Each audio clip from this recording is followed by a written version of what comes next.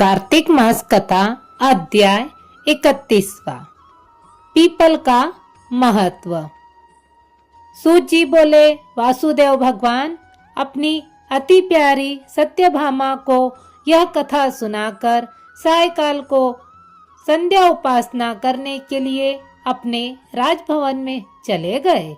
इस प्रकार मैंने ऐसा प्रभाव वाला कार्तिक महात्म आपको सुनाया है। यह विष्णु को प्रसन्न करने वाला और भुक्ति मुक्ति देने वाला है। हरि जागरण, प्रातः स्नान, तुलसी सेवन, उद्यापन और दीपदान ये ही कार्तिक के व्रत हैं। ऋषि बोले, विष्णु को प्रसन्न करने वाला, अत्यंत फल देने वाला कार्तिक व्रत इतिहास समेत आपने कहा, पाप और दुख के दूर करने के लिए मोक्ष को और काम भोग की इच्छा करने वाले को यह व्रत अवश्य करना चाहिए। यदि इस व्रत में मनुष्य संकट में पड़ जाए, गहरे वन में भटक जाए या रोगी हो जाए तो यह शुभ व्रत कैसे निभाया जाए? सूत जी बोले, किसी आपत्ति में दृढ़ संकल्प करने वाला पुरुष फंस जाए तो विष्णु अथवा शिव जी के मंदिर में जाकर जागरण करें। यदि ये मंदिर न हो तो किसी और देवता के स्थान में जाकर करें। कठिन वन अथवा किसी प्रकार की आपत्ति के आ जाने पर पीपल के नीचे अथवा तुलसी वन में जागरण करें। विष्णु के मंदिर में विष्णु सहस्त्र नाम का जाप करें तो 1000 गौओं के दान का फल प्राप्त होता है। बाजा बजाने वाले को वाजपेय यज्ञ का और भगवान के आगे नृत्य करने वाले को सब तीर्थों का स्नान का फल मिलता है। जो मनुष्य आपत्ति में हो और उसे कहीं भी जल न मिले अथवा रोगी होए तो विष्णु के नाम से मार्जन करें।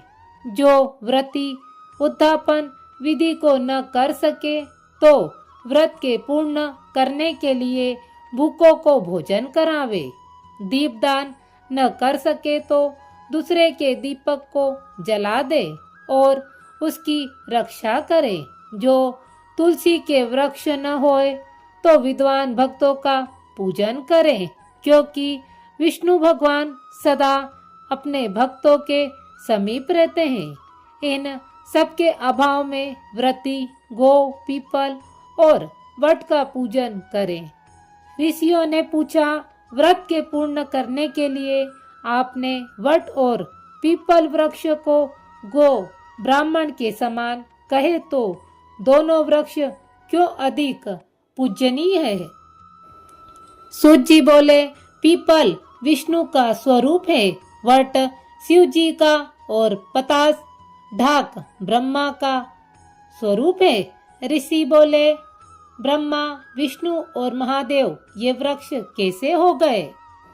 हे धर्मज्ञ, हमसे कहो। सूत जी बोले, एक दिन शिव पार्वती भोग विलास कर रहे थे कि उसी समय ब्राह्मण का रूप धरकर अग्नि और देवता उनके विषय में विघ्न करने के लिए वहां गए। तब पार्वती ने देवताओं को शाप दिया।